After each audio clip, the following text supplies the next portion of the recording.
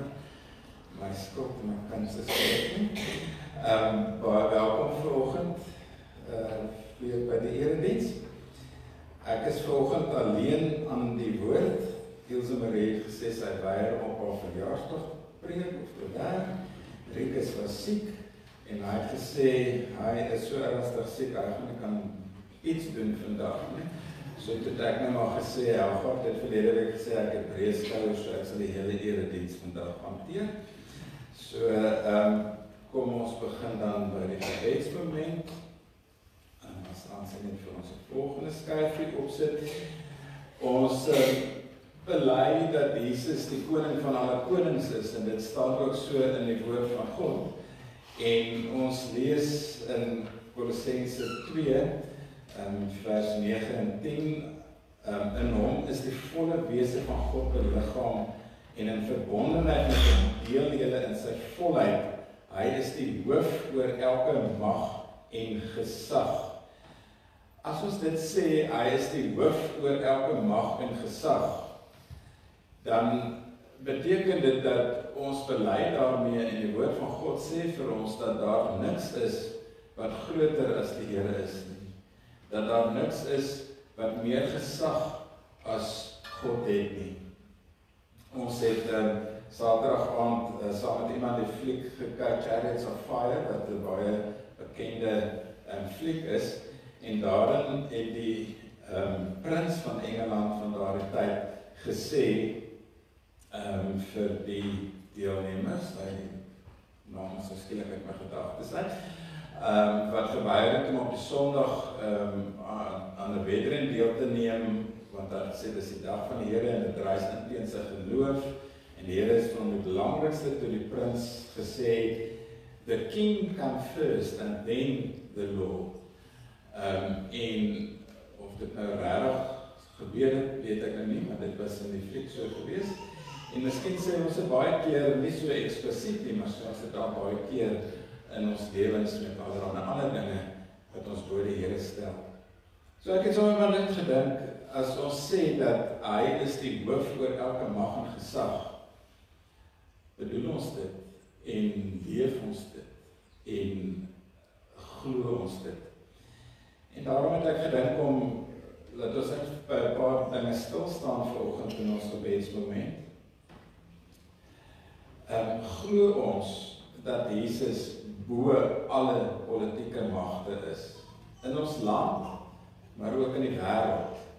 Glo ons dat Jesus die Here oor alle ekonomieë is, oor alle munisipaliteite, alle gemeenskappe, alle beroepe, alle families en gesinne, alle kerklike strukture.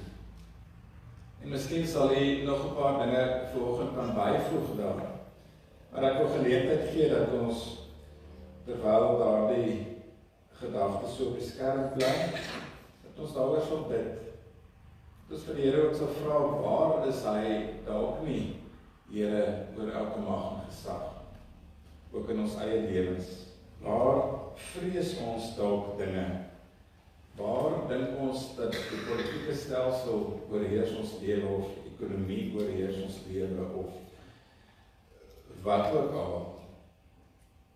En kom ons gee dit vandag vir die Here. Kom ons bid daarvoor. Kom ons bid dat hy op alle terreine van ons lewens die koning en die Here sal wees. Ek gee graag geleentheid vir gebed.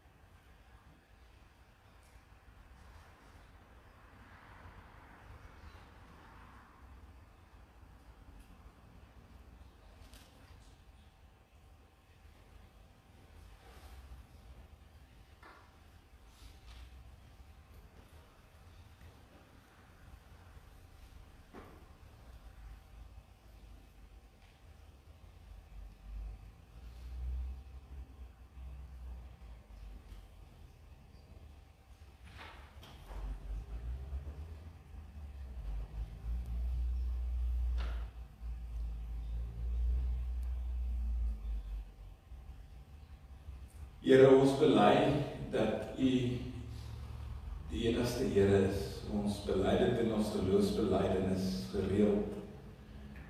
Ons sê dit ook vir onsself, ons sê dit vir ander. Ons bely dat Christus ons Here is, ons hoof is. Ons lees in die woord dat alle mag en krag aan U onderwerp is. Ons lees in die woord wat sê dat daar niks in die hele skepping is wat ons van U liefde kan skei nie.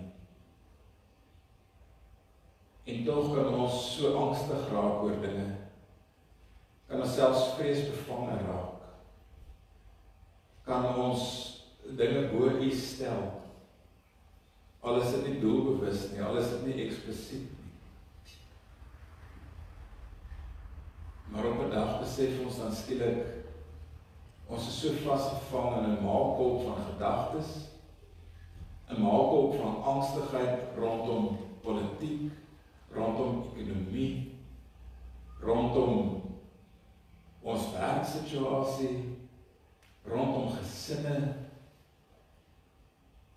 Here, dan besef ons skielik, maar hierdie dinge neem soveel van ons gedagtes op. Ons is so vasgevang daarin dat ons vir U uit die oog verloor.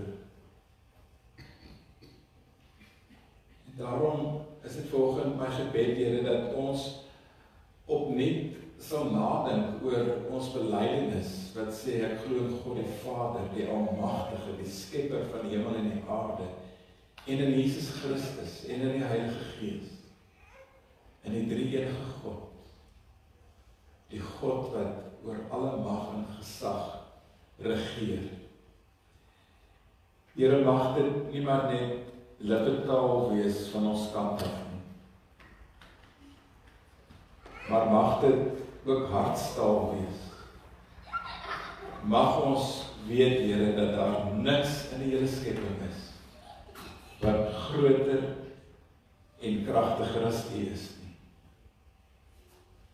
En mag dit ons gerusstel, mag dit vir ons vrede bring. Mag ons vanoggend opnuut ook daardie belydenis glo. En mag ons opnuut U woord hoor. Kom rus ons toe met U goddelike vrede. En help ons om te onthou dat U altyd in beheer is. Ons dank U daarvoor in Jesus se naam. Amen.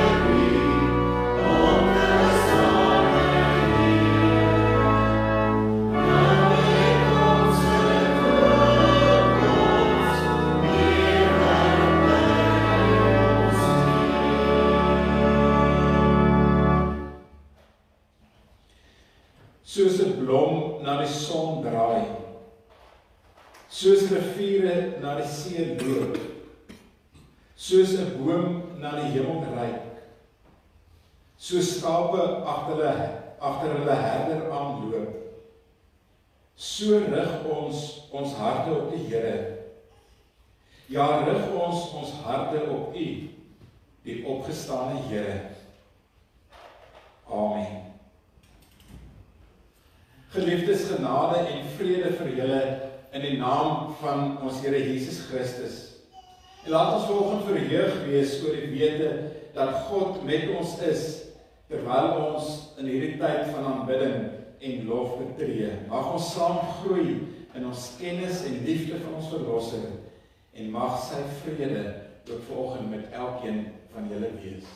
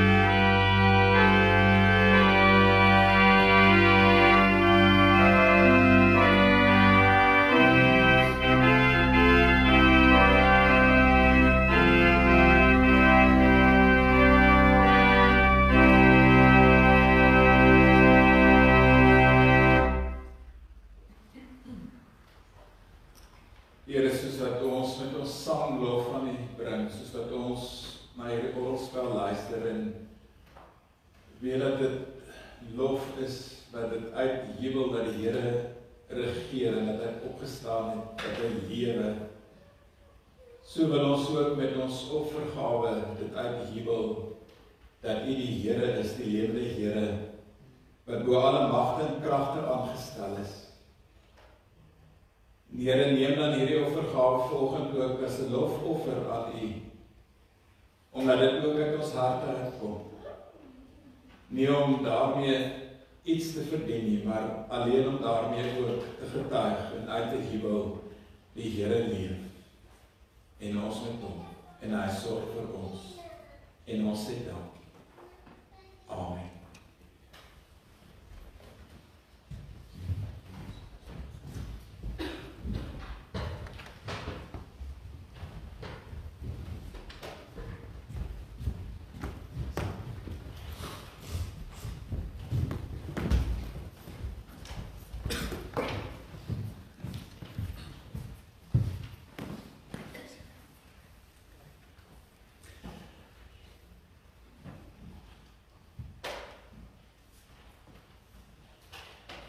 Ek op by die familie, by die kindermoment, ek het vergeet, is nou eers familienies.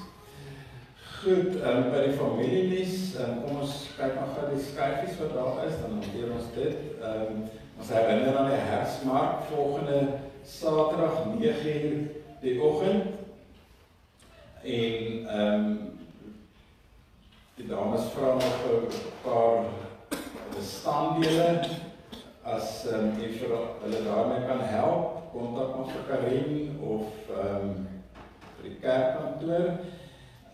En daar gaan dalk so 'n bietjie, jy kan dit goed lees, so jy kan sien wat hulle alles wil hê. So as jy met enigiets daarvan kan help, kontak vir Karin nog in hierdie week, en of soos ek sê, die kerkkantoor, en dan vra ons regtig dat jy dit sal ondersteun, en hulle het ook hulp nodig met verkope, en die pannekoektafel, en waar ook al, so enige hulp wat aangebied word, sal iewers gebruik kan word, so moenie dink dat jy nie nodig is nie. Jy is, die hulp en die teenwoordigheid sal hoog waardeer word. Goed, dan kry die mense my jammer, maar ek sien uit daarna vir 60 uur op die kerksaal se dak te sit, om fondse in te samel ook vir die gemeente. Dankie vir mense wat my al beloof het dat hulle dit sal borg, en so ek poog om daar my R60,000 in te samel. Ek het al 'n redelike deeltjie daarvan met beloftes wat ek gekry het. So asseblief, moenie my jammer kry nie, kry die gemeente jammer en gee geld. Dit is baie belangriker. So, jy kan maar, wat se kommentaar lewer jy as het? Dat ek nou net hoor.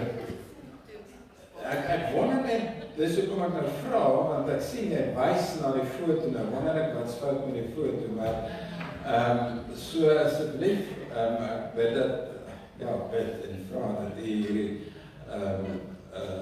projek ook sal ondersteun. Goed, dan die 16de Mei is daar 'n verheugbraai, so 5:30 se kant begin dit. So om al wat daarbey betrokke is, en dit welkom om met my te woon, daar hoes Rikus, dat jy net kan sien, hy is hier en hoor hy is hier. So sê net asseblief in die week vir hom of jy dit gaan bywoon of nie. Dan kom ons by die verjaarsdag, dan die Hans Wasserman verjaar môre. Sy is hier nie, sy is altyd, dan staan daar by die Bybelstudie, by die erediens en ook dan die Blaar, Janse van Rensburg, sy het af my gesê waar die naam Blaar vandaan kom, haar pa het al so begin noem, maar kan nie meer die storie onthou nie. Dan die Libby Lou,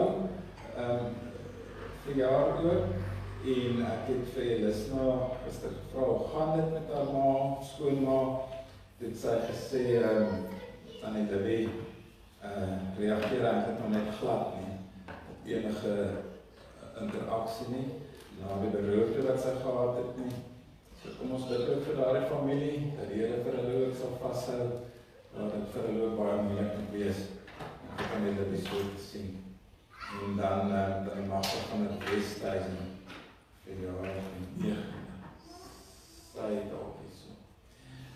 Goed, dan het ons, miskien net voordat ons verder met die verjaarsdag aangaan, net 'n paar ander afkondigings. Die erediens by Wilkers Aftree Oordag vat weer Dinsdag, so ook die Bybelstudies Woensdag en ook aksie omgee. En Dinsdag aand is daar finansiële bediening vergadering en DVK vergadering, soos op die kalender. So ek probeer nou al hierdie dinge so in my kop onthou, want ons skrywer was ook op bestaking, sy was Durban toe, daar kinders van kuier, so daar was nie 'n basyn en afkondigings hierdie week gewees nie, so ek probeer dit net so in my kop onthou. Maar weet maar net alles gaan dan van hierdie week af weer normaal voor. Ek het net nou so vlugtig genoem dat ons ook 'n spesiale verjaarsdag vandag het, en net hoor is daar ander mense in die erediens vanoggend wat in die week verjaar. Marita, wanneer verjaar jy? Vrydag. Baie geluk met jou verjaarsdag. Nog ander? Niemand nie.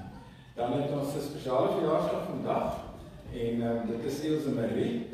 Ek het nogal vir haar gesê vroeër die week, sy hoef nou nie vandag hier te wees nie, sy kan maar by die huis wees, want ek het eintlik vir so 'n oomblik vergeet sy verjaar, en toe sy nou baie verontwaardig dat ek vergeet sy verjaar, en sy sê, maar ek wil in die gemeente wees as ek verjaar, so ek sien haar sussie is daarom hier in Gerdra, so Ilse Marie, baie geluk van ons kant af, van die gemeente se kant af met jou verjaarsdag, en dit is vir ons goed dat jy ook hierdie jaar saam met ons hier is, en ons bid vir jou regtig die Here se seën toe.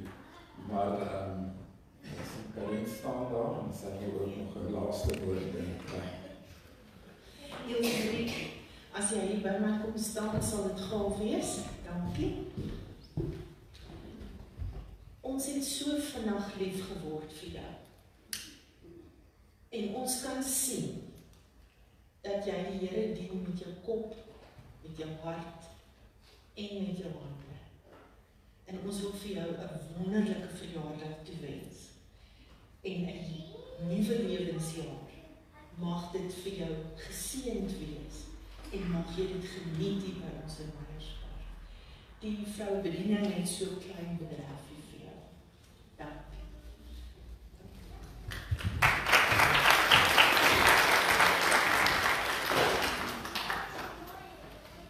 Goed, ek gaan dan wel 'n kers aansteek vir almal wat verjaar.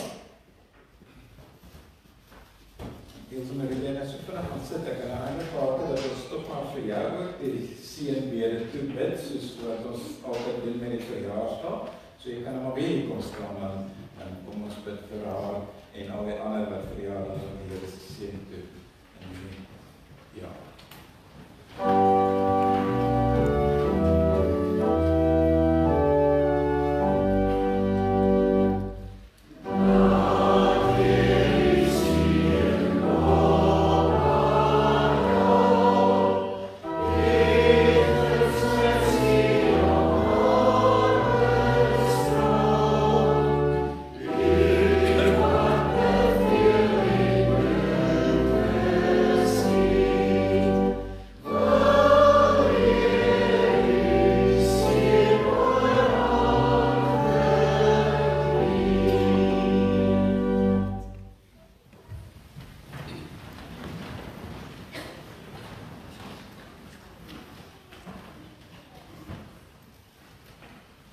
Terwyl die kinders vorentoe kom, wil ek miskien net sê, ek het met die voorbereidingslys ook vergeet. Daar is 'n hele klompie name op die gebedslys. Ek weet dan die Elena Brooks was in die week in die hospitaal. Ek vermoed sy is dalk nog daar, en Eloise is Jappe nog in die hospitaal. So ons bid ook vir julle as gesin en besonder dan ook gerom en dra weer eens ons gemeente se liefde en ondersteuning ook aan hom oor. Baie sterkte vir julle en kom ons bid dan ook vir almal op die gebedslys. Goed, hier staan julle nou in 'n ry voor my. Hoekom? Ja. Jy maak my gewaarsku en gesê jy gaan sê jy het gister verjaar, maar dat dit nie heeltemal die waarheid is nie, jy het 'n partytjie gister gehad. Ek dink dit was lekker. Okay. Maar jy verjaar eers volgende week. En dan gaan ons vir jou geluk sê. Is dit reg? Goed. Nou kom staan 'n bietjie hierdie kant by my.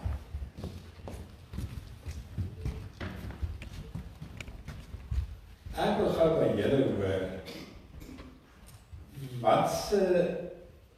Van wat se kos hou julle in die oggende? Wat is jou gunsteling ontbytkos? Ja? Sê jy? Bacon. Ja, myne ook. Jou ook. Pap. Ontbytpap. Goed, en jy? Macaroni vir ontbyt. Nou, mens kan dit vir ontbyt eet en gaan nou vir jou daarvan vertel en jy?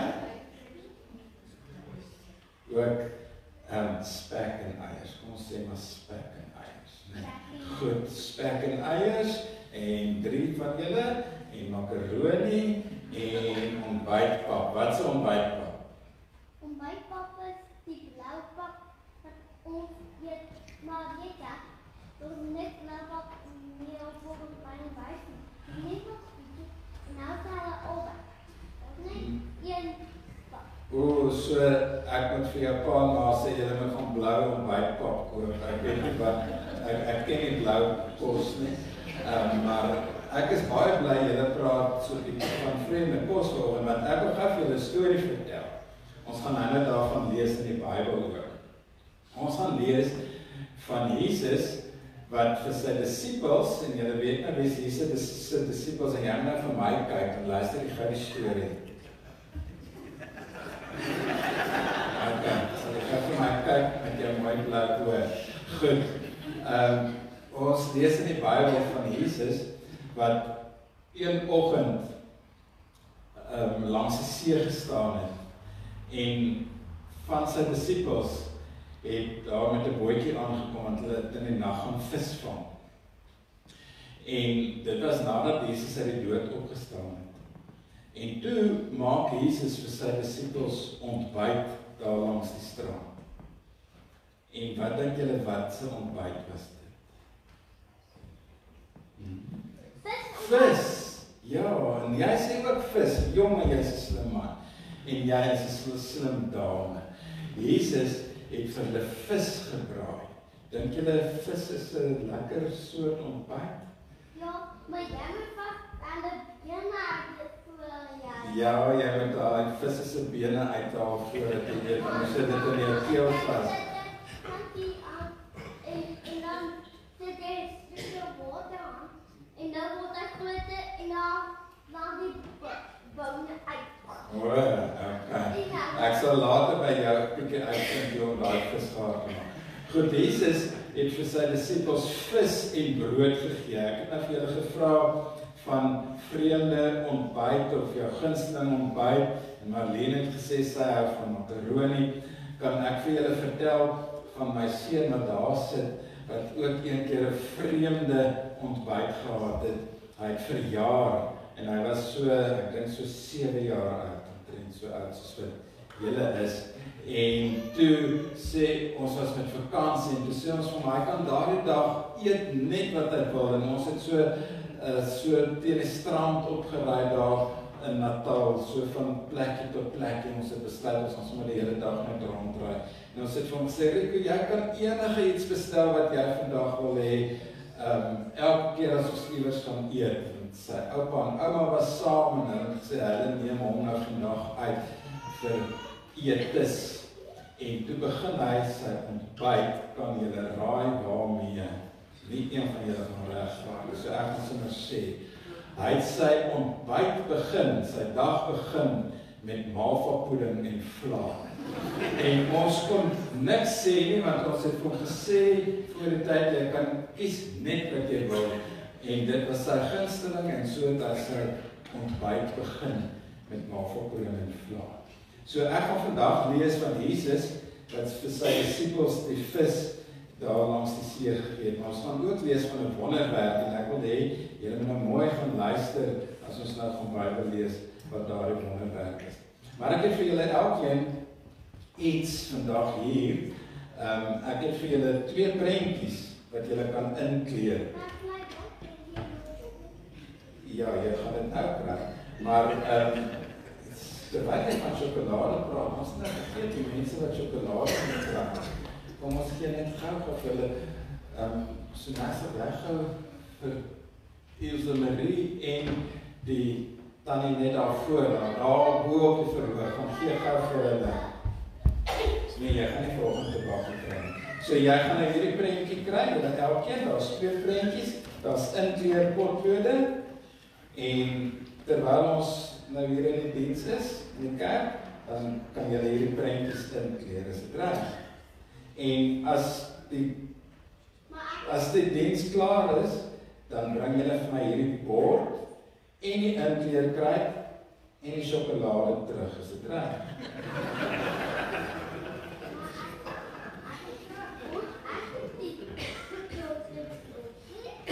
Ja, jy kan nou maar doen. Ek spot so maar by die sjokolade. Maar bring vir my die inkleerpotlode en die bord terug, hoor? Wat vir jou bietjie ook ene. Maar jy mag nie sy sjokolade vat nie, hoor? Daar's jou ene, daar's Gideon ene, daar's Nora ene, en dan bak ons versoen.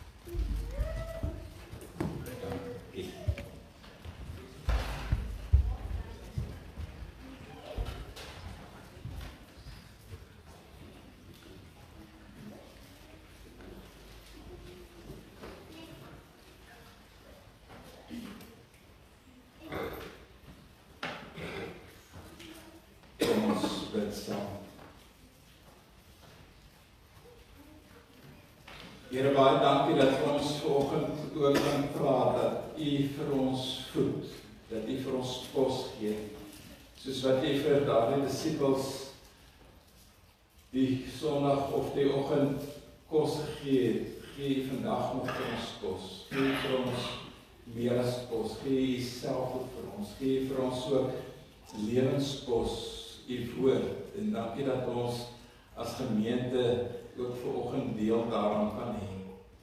Ek wil dan bid, Here, dat U woord vir ons sal kom aanbied, soos wat U ook daardie vis en brood die dag vir hulle gegee het, maar daardeur ook iets van Uself vir hulle gegee het.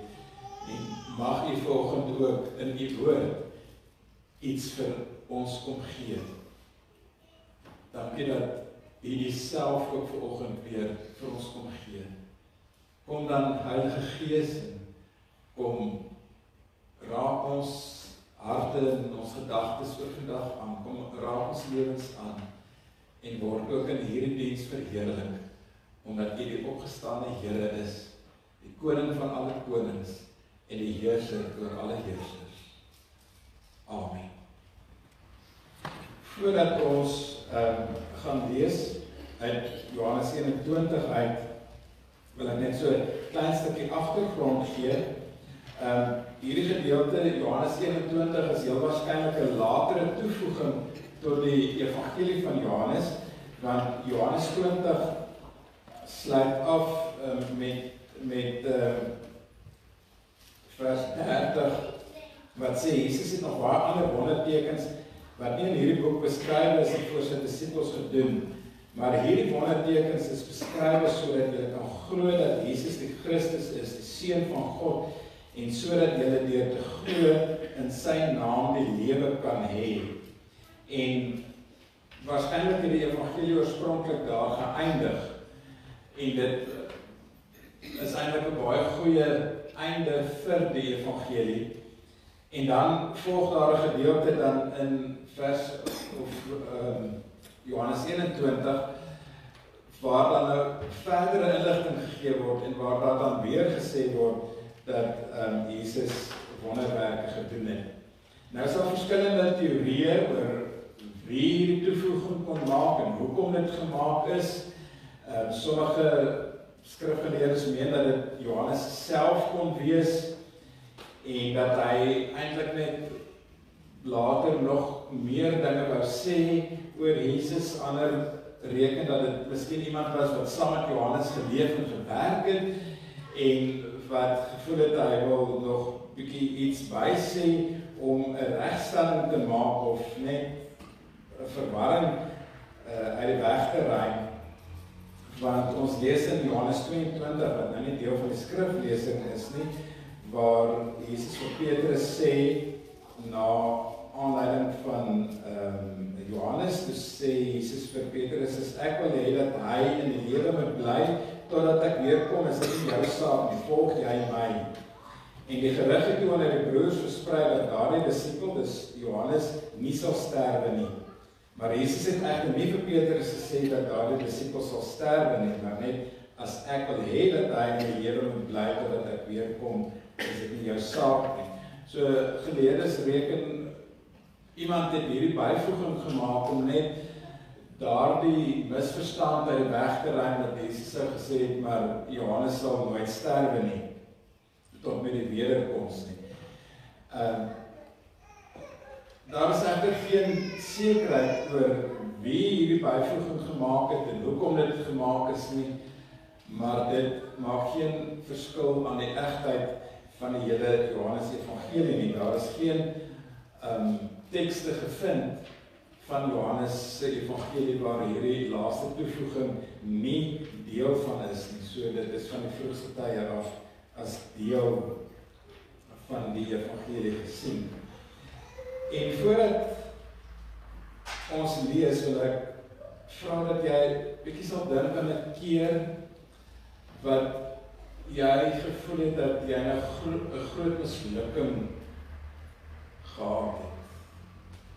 Iets in jou lewe waarin jy misluk het. 'n Geleentheid, 'n gebeurtenis, 'n taak wat jy moes uitvoer, enige iets. So baie keer in pastorale gesprekke sê mense vir my, ek is 'n mislukking. En dan sê daar's 'n groot verskil om te sê ek is 'n mislukking of ek het misluk in iets. Ons is nie mislukkings nie. Ons is God se kinders. Maar waarin het jy dalk al misluk? Was daar 'n geleentheid wat jy gevoel het, hierdie was nou 'n totale mislukking gewees? Met dit in gedagte, gaan ons Johannes 21 lees, vers 1 tot 19, en dan weer daarna gaan ons die 253 sing, waar die net so bly sit. Daarna het Jesus weer aan sy disippels verskyn by die see van Tiberias. Dit het so gebeur. Simon Petrus en Thomas, wat ook Didymus genoem is, Nathanael van Kana in Galilea, die seuns van Zebedeus, en nog 2 ander disippels was daar saam. Simon Petrus sê toe vir hulle, ek gaan visvang. Ons gaan ook saam met jou, sê hulle toe vir hom.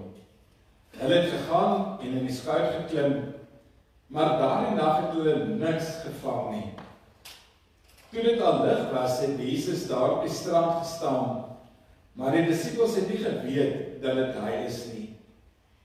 Jesus vra toe vir hulle, mense, het julle nie iets gevang om te eet nie? Nee, antwoord hulle hom. Hy sê toe vir hulle, gooi die net aan die ander kant of aan die regterkant van die skuit uit, dan sal julle iets kry. Hulle het die net toe daar uitgegooi en vanweer die groot klomp vis kon hulle hom nie weer intrek nie. Die disipel vir wie Jesus baie lief was, sê toe vir Petrus, dit is die Here.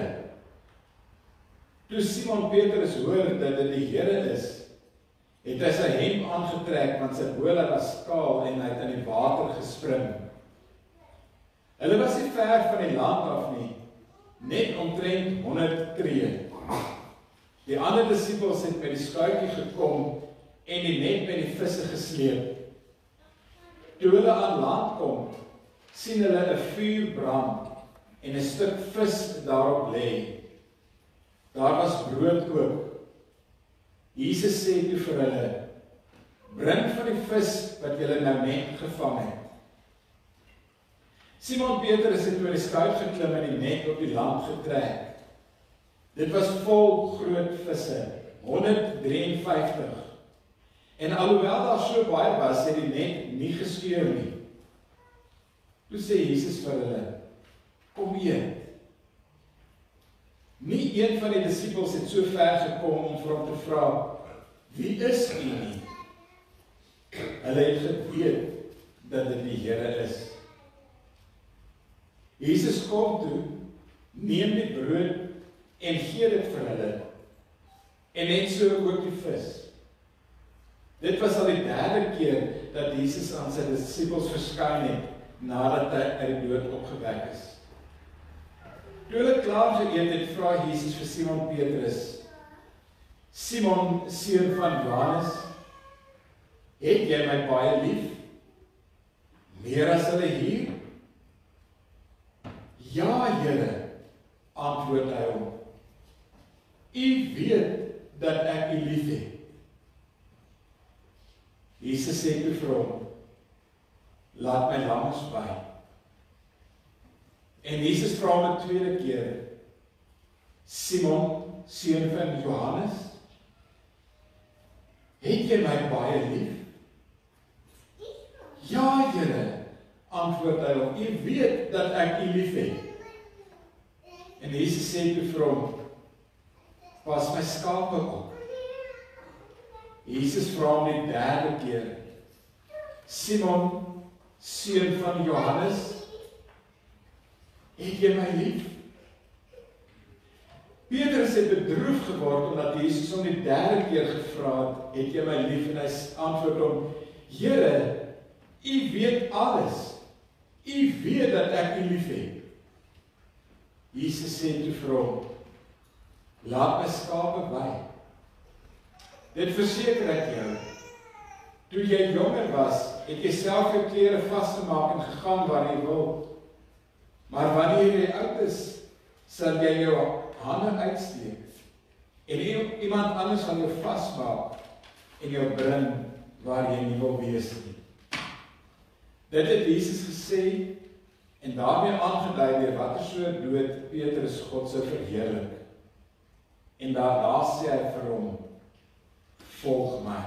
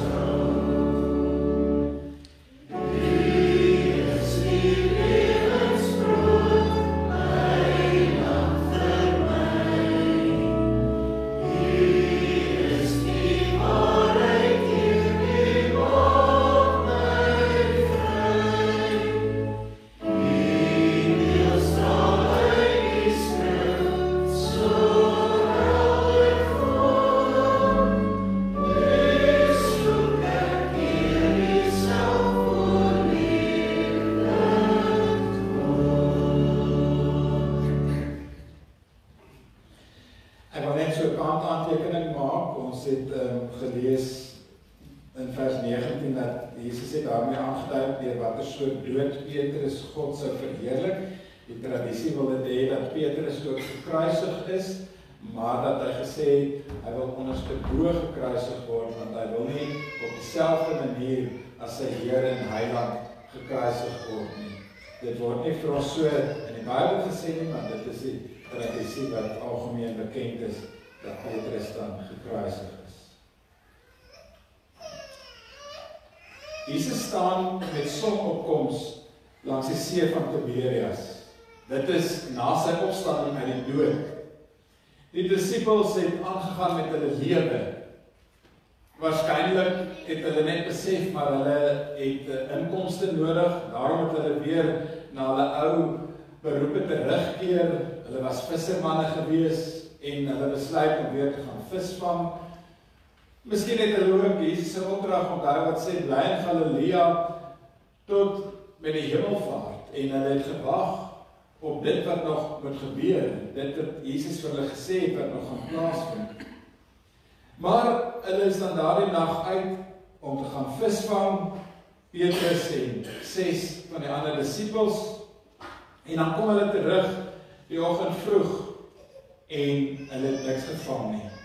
Dan hoor hulle iemand van die kant af roep, maar mense, het julle dan niks vis gevang nie? En vir een keer kry ons besondere eerlike vissermanne wat dan sê, nee, ons het niks gevang nie. Hulle besef nog nie wie hierdie persoon is nie. En hulle sê daarmee eintlik, nee, ons het misluk in ons poging om vis te vang. Dit was onsuksesvol. Ons het nie geslaag in dit wat ons wou doen nie. En toe sê die persoon vir hulle, wel, probeer dan maar net die ander kant van die boot. Gooi nou die net aan die regterkant uit. Nou moet ek eerlik sê, as iemand vir my so iets sou gesê, dan sou ek gedink het, ag man, wie is jy nou om vir my so iets te sê? Dis mos nou belaglik om dit te doen. Maar hierdie vissermanne gehoorsaam hierdie persoon, hulle doen wat hy sê. En dan gebeur daar 'n wonderwerk. Die net is so vol vis, 153 groot visse, sê Johannes se evangelie, dat hulle nie die net weer in die boot kan kry nie, so swaar was dit. En dan besef Johannes wie die figuur is wat met hulle gepraat het. En hy sê vir Petrus, maar dit is die Here. Interessant, nêrens na Jesus se opstanding uit die dood, noem Johannes Jesus weer anders as die Here nie. Of ja, die Johannes evangelie. En hier sê Johannes dan vir Petrus nie, dit is Jesus nie, hy sê, dit is die Here. En so kom maak Jesus homself aan sy disippels bekend, hy kom, word sigbaar vir hulle. Die Griekse woord wat daar gebruik word, Phaneron beteken om jouself sigbaar te maak. Die Engelse vertaling sê to reveal yourself. Net soos ander kere waarvan ons lees van mense wat na die opstanding van Jesus uit die dood hom nie dadelik herken het nie, herken die disippels hom daardie oggend ook nie. Maria Magdalena, vertel Johannes vir ons in Johannes 19, het Jesus ook nie dadelik herken toe sy hom by die leë graf gekry het. Ons lees ook van die Emmausgangers wat op pad na die dorpie Emmaus was die Sondag aand nadat Jesus uit die dood opgestaan het. En Jesus het saam met hulle begin stap en hulle het hom nie herken nie. Ons lees later in Handelinge waar Jesus ook vir Paulus langs die pad op pad na Damaskus ontmoet. En Paulus het ook nie dadelik geweet wie dit is nie. Hy het gesê, wie is U, Here? En ek gaan nou in oor die redes, moontlike redes, hoekom die mense Jesus nie dadelik herken het nie. Feit bly net, hierdie 7 disippels het 'n rukkie gevat voordat hulle besef het dat dit Jesus is wat daar op die kant van die meer staan. En weer is dit Petrus, die voorvarende disipel, wat dadelik sy hemp aantrek en in die water spring. Ek het nogal gewonder hoekom hy sy hemp aangetrek het. Maar hy het dit gedoen en in die water gespring en aan die kant toe geswem. En dan tref hy Jesus daar op die strand aan. En miskien het sy gedagtes teruggegaan na so 'n bietjie meer as 3 jaar gelede. Toe was hy en Jesus ook langs die see van Tiberias gewees. Markus 5 vertel vir ons daarvan. Daar is skrifkenners wat wil sê dat daardie gebeurtenis en hierdie gebeurtenis in Johannes eintlik dieselfde is, maar daar is oorwegend redes wat sê dat dit nie dieselfde geleentheid was. So Petrus dink dalk terug aan daardie dag, so bietjie meer as 3 jaar terug. Toe Jesus Petrus se boot gebruik as 'n preekstoel om die mense te leer. En nadat Jesus klaar gepraat het, het hy vir Petrus gesê, vaar na die diep water en gooi julle nette uit om vis te vang. En toe het Petrus vir Jesus gesê, maar ons het die hele nag probeer en ons het niks gevang nie. Maar hy het tog baie gevroeg, maar op u woord sal ek die nette uitgooi. Op die einde gehoorsaam Petrus Jesus daardie dag en gebeur daar 'n wonder. Want die nette was weer so vol dat dit wou skeur. En al woorde wat Petrus daardie dag kon uitkry was, gaan weg van my af, Here, ek is 'n sondige mens. En toe het Jesus vir hom gesê, moenie bang wees nie. Van nou af sal jy mense vang. En dan lees ons in Markus 5, Petrus en Jakobus en Johannes, die 2 broers, die seuns van Zebedeus, het alles net so gelos en Jesus gevolg. Nou is dit 3 jaar later. In hierdie 3 jaar het daar geweldige baie dinge gebeur. Van Jesus die disippels se saamreis met Jesus. En intussen is Jesus gekruisig, is hy begrawe, maar het hy ook uit die dood uit opgestaan. En nou is dit die 3de keer wat hy aan sy disippels verskyn. Die eerste keer was die Sondag aand met sy opstanding. Die tweede keer was 'n week later, toe hy ook aan Thomas verskyn het, waarvan Elsje Marie verlede week gepreek het. En nou gebeur daar weer 'n visvangwonder. Petrus kry Jesus op die strand by 'n koolvuur. Antrakia is die Griekse woord. En dit is baie belangrik om daardie woord hier raak te lees, dat dit spesifiek 'n koolvuur was, waarby Jesus daar langs die see van Tiberias gestaan het. Want onmiddellik toe Petrus dit sien, moes sy gedagtes teruggaan na 'n paar weke van tevore. Want toe het hy ook by 'n antrakia, by 'n koolvuur gestaan. Ons lees daarvan in Johannes 18 vers 18. Dit was in die paleis van die hoofpriester gewees. Daar het Petrus op die nag warm gemaak by 'n koolvuur, terwyl Jesus verhoor word. En 3 keer het mense vir Petrus daar by die vuur gesê, maar jy ken mos daardie man. En 3 keer het Petrus gesê, ek ken hom nie. Die 3de keer het hy selfs skriptaal gebruik om te sê, ek ken hom nie. En toe kraai die haan. Nou, daar langs die see van Tiberias, daar waar Petrus se pad saam met Jesus 3 jaar gelede begin het, daar staan Jesus nou saam met Petrus by 'n koolvuur.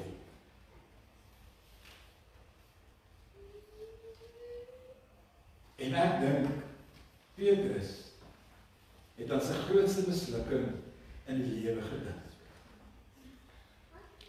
Petrus moes sy foute in die oog kry. En daar was 'n hele paar mislukkings wat hy gehad het. Hy het op 'n dag op die bevel van Jesus op die water na Jesus geloop. Baie suksesvol. Totdat hy sy oë van Jesus af weggeneem het en die golwe gesien het, en toe begin hy sink. Daar het hy misluk. Een keer moes Jesus hom skerp aanspreek en vir hom sê, gaan weg agter my Satan, want jy staan in my pad, want Petrus wou keer dat Jesus die pad van lyding tot op Golgotha moes staan. Hy het misluk. Die aand met Jesus se gevangeneming het Petrus 'n swaard uitgeklip en een van die wagte Malgas se oor afgekap. En Jesus het vir Petrus skerp aangespreek. Weer 'n mislukking. Maar die grootste sou later daardie aand volg. Toe Petrus 3 keer sê, ek ken hom nie. En dit was vir Petrus onverskoonbaar. Vir hom dalk gevoel onvergeeflik.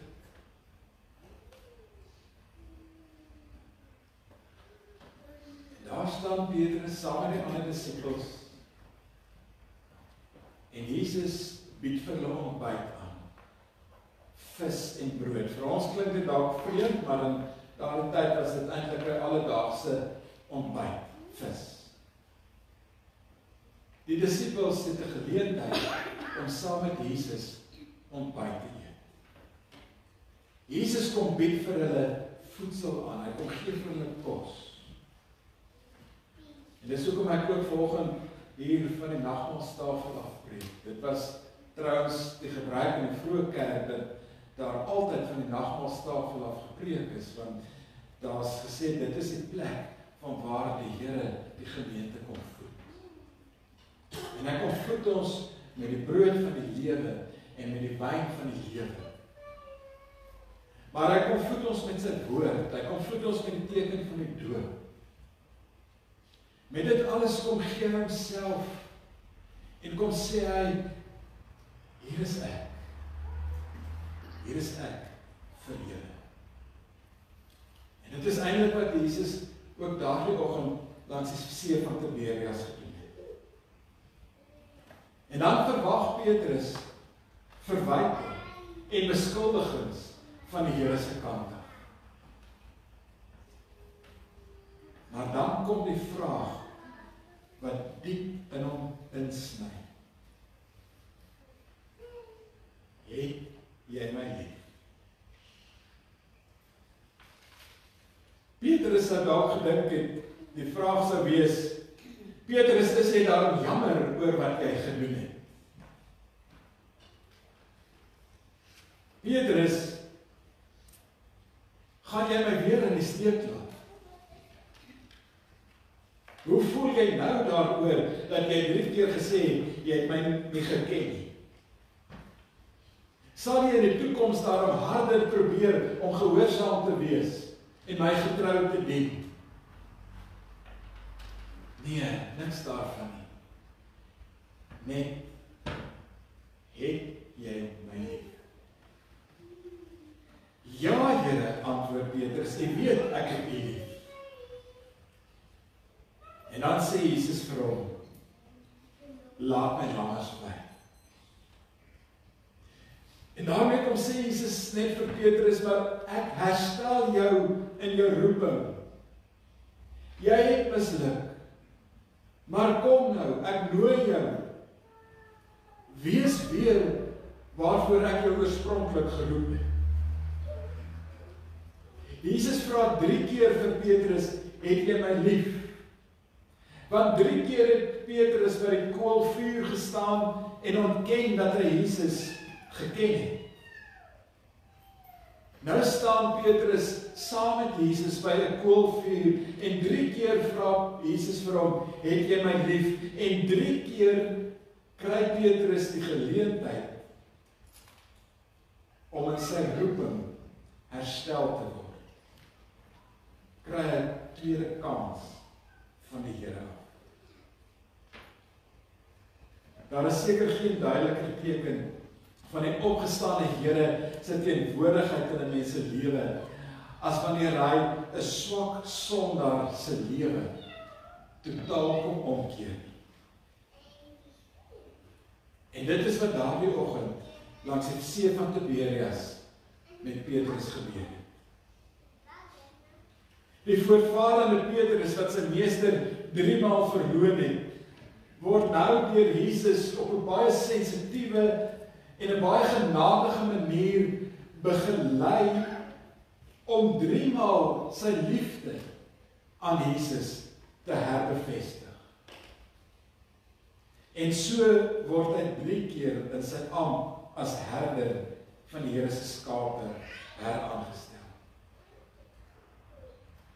Elsa Marie het verlede week gesê, dis nie die belangrikste om te weet die graf was leeg nie. Hierdieselfde Petrus het ook in die leë graf ingegaan en hy het weggehardloop want hy het nie verstaan wat dit beteken nie.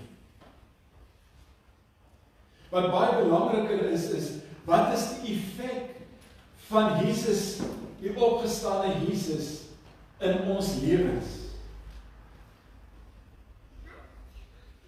Op watter manier leef die opgestane Jesus saam met sy volgelinge?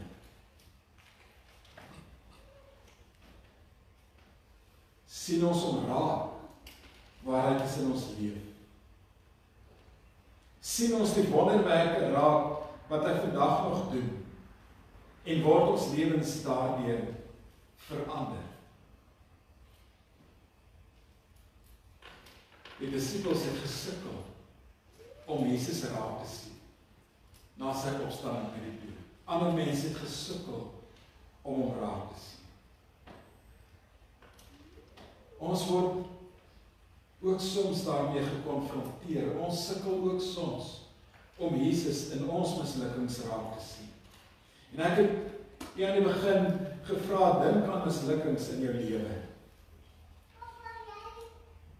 Miskien is daar iets waaraan jy nie eens wil dink nie, wat jy glad nie met ander wil deel nie. Iets wat vir jou so sleg is, waaroor jy so skaam voel, waaroor jy dalk vernederd voel, dat jy nie eers daaraan wil dink nie. Miskien is dit iets wat jou al jare lank pla, wat voel soos 'n groot las wat jy met jou saamdra. Mag vanoggend dan ook jou oggend saam met Jesus langs 'n koolvuur wees, waar jy ook ontbyt saam met Jesus kan eet, waar hy jou ook kom voed met homself,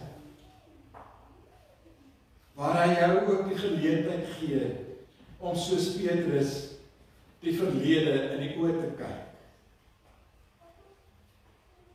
en God se vergifnis te hoor en te aanvaar. Mag jy ook vanoggend net Jesus se vraag hoor. Het jy my lief? Want dit is die rede hoekom Jesus die pad na Golgotha gestap het.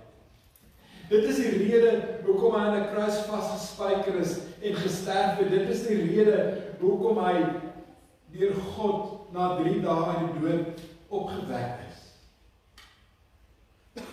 Want hy het jou en my lief. Onvoorwaardelik lief. En hy kom vra vanoggend vir jou en vir my, het jy my lief? Hy kom vra ons nie, hoeveel keer het jy my verloon? Hoeveel keer het jy my verlaat? Hoeveel keer was jy ontrou? Hy kom vra nie, het jy my lief? En as jy vanoggend sê, ja, Here, ek het U lief. Ek het U met my kop en my hart en my hande lief. Hoor dan ook Jesus se opdrag as hy sê, volg my. En wanneer ons hom volg, dan moet ons hom ook in ons lewens raak sien. Moet ons ook die effek van sy opstanding uit die dood in ons lewens besef en dit raak sien. As die lewende Here aan ons verskyn, dan kan ons nooit weer dieselfde wees. sien U die wonderwerke raak wat die opgestane Here in ons lewens vandag nog doen? Of sukkel U om hom raak te sien? Sukkel U om die effek van die opgestane Here in jou lewe raak te sien? Daar word die verhaal vertel van Martinio, die arm skoenmaker, wat so in 'n solderkamertjie elke dag na dag, gesit en skoene maak het. En hy het so deur die venstertjie wat so op die grondvlak uitkyk, altyd al die voete sien verby beweeg, en so kon hy al die skoene herken wat hy met die jare gemaak het. Maar hy het maar in armoede daar in sy kamertjie geleef. En toe droom hy een nag dat die Here Jesus aan hom gaan verskyn. En hierdie droom was vir Martinio so 'n werklikheid dat hy die oggend vroeg opgestaan het en hy het sy kamertjie gaan skoonmaak en dit netjies gemaak en hy het 'n potjie sop aan die gang gekry en hy het nog so 'n bietjie meel in die blik gehad en hy het 'n broodjie gebak. En hy het gewag vir die oomblik as sy Heer en Meester daar na hom toe kom. Want hierdie droom was vir hom 'n groot werklikheid. Maar intussen het hy maar aangegaan met sy dagtaak. En hy het die voete so voor die venstertjie sien verby beweeg. En later het hy 'n klop aan die deur gehoor en hy het gedink, hier is my Heer en Meester nou. En hy het die deur oopgemaak. En groot was sy teleurstelling, want voor hom staan 'n vrou in haar armoede. En sy sê vir hom, ek kry so koud hier buite. En ek het regtig niks kos om te eet nie. Kan ek myself 'n bietjie kom warm maak in die vuur hier in jou kamer? En Martinio het haar ingenooi. En hy het vir haar 'n bietjie van sy sop gegee, maar net 'n bietjie, want hy moet dit hou vir wanneer sy Here en Meester kom. Later het hy weer iets by die deur gehoor en hy dink, hier is my Here en Meester nou en hy gemaak die deur oop. En groot is sy teleurstelling toe daar 'n kaalvoet seentjie voor die deur staan en sê, oom, ek kry koud, my voete kry koud. Doe my dalk vir my 'n paar skoene om my warm te maak. En Martinio het hom laat inkom, vir hom skoene gegee. En ook 'n bietjie sop en 'n stukkie broodjie, maar hy moes dit bære vir wanneer sy Heer en Meester kom. En Martinio kon nie verstaan hoekom daardie dag so besig raak nie, want kort kom daar iemand wat iets van hom soek en kort moet hy 'n bietjie van sy sop en 'n stukkie van sy brood gee. En laatmiddag besef hy, maar sy sop is op en sy brood is op. Maar sy grootste teleurstelling is sy Heer of Heer en Leermeester het nie gekom nie. En daardie aand worstel hy met die Here. En hy sê, Here, maar ek het geglo, U gaan my vandag besoek. U het in 'n droom aan my bekend gemaak en U was nie by my gewees nie. Ek het spesiaal vir U sop en brood gemaak en het nooit opgedaag. Toe hoor hy hoe die Here vir hom sê, maar Martinio, ek was die hele dag by jou. Jy het die hele dag vir my sop en brood gegee. En elkeen van daardie mense wat by jou was ek gewees. Martinio het gesukkel om die Here, die opgestane Here, in sy lewe raak te sien. Mag ons die geleenthede raak sien wat die Here oor ons pad bring, waar ons hom, die opgestane Here, sien. Mag ons nooit daardie geleenthede miskyk nie. En mag dit die geleenthede wees wat ook 'n effek op ons lewe het. Amen. Ek wil u nooi om saam met my ook ons geloof in die opgestane Here te bely. Ek glo in hierdie seun, die timmerman van Nasaret wat gekom het en kom om ons te ken. Elkeen na sy naam, in die fynheid en die grofheid van sy grein, en in die jaringe van sy pyn. Ek glo in Jesus Christus, die mens na God se hart, wat God se wil gekies het om deur die hart en klein begrip van mense 'n doringkroon te dra en van God geskei te word in die Godverlatenheid van Golgotha, die doderyk deurgrond het en opgestaan het, dat ons onvervreemd van God verby die dood ewig vry kan lewe. Ek glo in hierdie Jesus wat opgevaar het na die Vader en van daar die sagte oordeel bring, omdat hy nader aan my is as wat ek aan myself is. My kern ken, verby die vel tot in die chemie van die sel, wat weet hoe diep my blindheid is, en my vashou styf teen die brou van sy lyf. Dankie Here, dat ons geloof in U kan bely. Dankie dat ons op ons lewe kan terugkyk, verby die mislukkings, en net die stem kan hoor, het jy my lief. En as ons volgend ja antwoord, dan is dit 'n ja van genade. Maar is dit ook 'n ja waarmee ons wil sê, en daarom wil ons U volg, Here. En daarom wil ons graag die effek van die opgestane Here in ons lewens herken en erken. Ook in ons krisisoomblik, ook in die oomblikke wanneer ons twyfel, en wanneer ons verward raak oor die lewe, wanneer ons wonder, is alle mag en gesag aan God gegee? Of is daar dalk politieke stelsels, of ekonomiese stelsels, of wat ook al, wat groter mag? Want dan weet ons, Here, soos wat U ons vandag weer kan voed het, ook van hierdie nagmaaltafel af, so voed U ons elke dag, en kan ons elke dag ontbyt saam met U eet, kan ons middagete en aandete saam met U eet, omdat U die Here van alle Here is, en die koning van alle konings. En dankie dat U die Here van ons lewens is, en die koning van ons lewens.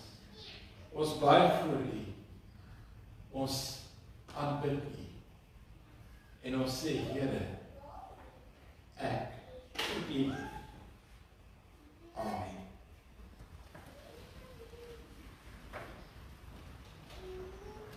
Oh,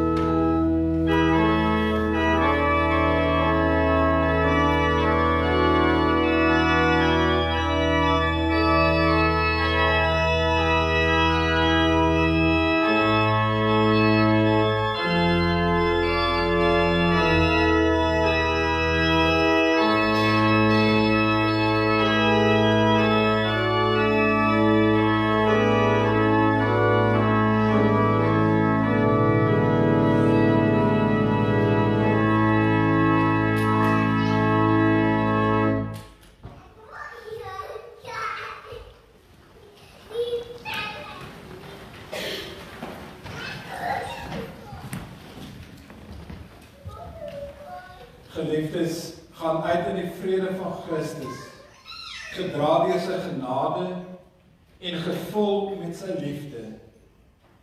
Wees ligdraers in hierdie wêreld en verkondig die opgestane Here deur julle woorde en dade.